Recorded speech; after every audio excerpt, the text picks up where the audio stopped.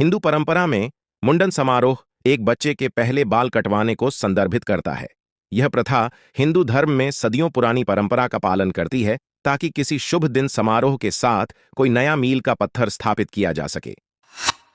उदाहरण के लिए, एक नया घर, एक नया व्यवसाय, एक नया वाहन, एक नई फसल और इसी तरह का उत्सव मनाने के लिए समारोह होते हैं। ये सभी कई तरह से हिंदू धर्म के पुनर्जन्म और पिछले जीवन से जुड़े हैं। नई शुरुआत करते रहें और आशा करें और ईश्वर के मार्ग के बेहतर अनुपालन के लिए प्रार्थना करें। यह माना जाता है कि हमारे पिछले जीवन में कुछ कमियां रही हैं, जिन्हें मोक्ष की हमारी यात्रा में इस जीवन काल में ठीक किया जाना चाहिए। एक हिंदू बच्चे के मुंडन समारोह का उतना ही महत्व है, क्योंकि यह माना जाता है कि यह अनुष्ठान पिछले जीवन में उसके बुरे कर्म के बैकलॉग के बच्चे को प्रभावित करता है। इस रूपात्मक तर्क का बच्चे के मुंडन के संबंध में प्राथमिक महत्व है और उसके बाद ही अन्य भौतिक विशेषताओं पर विचार किया जाता है। यह याद रखने की आवश्यकता है कि बच्चे के मुंडन की तिथि और समय भी हिंदू कैलेंडर और बच्चे की ज्योतिषीय कुंडली या जन्मपत्री के अनुसार किया जाना चाहिए। पुजारी द्वारा बच्चे की कुंडली से परामर्श करने के बाद निश्चित रूप से माहुर के रूप में निर्दिष्ट तिथि और समय। मुंडन, सिर पर एक बच्चे के पहले बाल मुंडवाने का कार्य हिंदुओं के बीच एक अनिवार्य परंपरा है। हिंदुओं के बीच अनिवार्य, यह कुछ मुसलमानों और मूल अमेरिकियों द्वारा भी प्रचलित है। समारोह मुंडन समारोह के दौरान नाई एक शिशु के पहले बाल काटता है। इस्लाम में यह 40 दिनों के बीच किया जाता है। हिंदू इसे 3 महीने तक 4 महीने के बाद किसी भी समय करते हैं। कुछ समुदाय ऐसे हैं जो लड़कियों को नहीं बल्कि सिर्फ लड़कों को तंग करते हैं।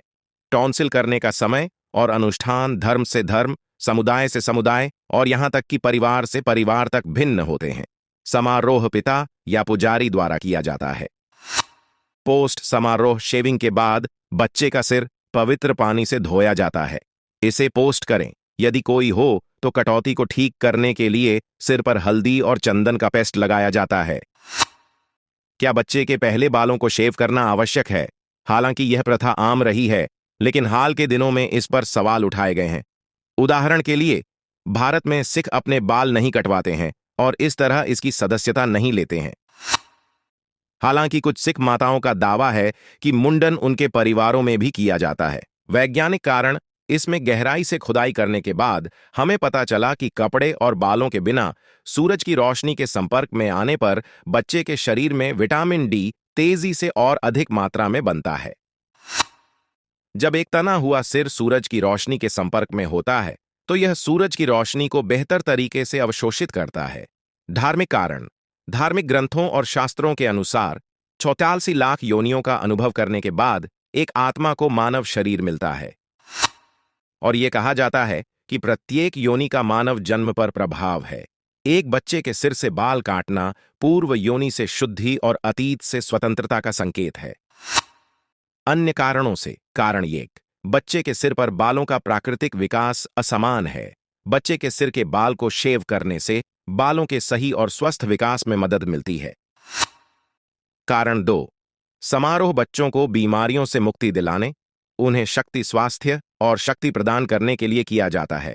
कारण तीन, कुछ प्राचीन शास्त्र कहते हैं कि यह मस्तिष्क और तंत्रिकाओं के समुचित विकास को प्रोत्साहित करने में मदद करता है।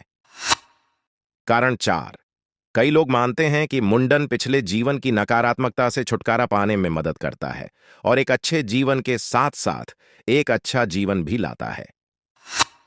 कारण पांच, यह गर्मी के दौरान बच्चे के सिर को ठंडा रखने में मदद करता है। इसीलिए कई लोग गर्मियों के दौरान मुंडन करवाना पसंद करते हैं। बेशुमार परंपराएं और मान्यताएं हैं, लेकिन यह पूरी तरह से इस बात पर निर्भर करता है कि आप क्या विश्वास करना चाहते हैं।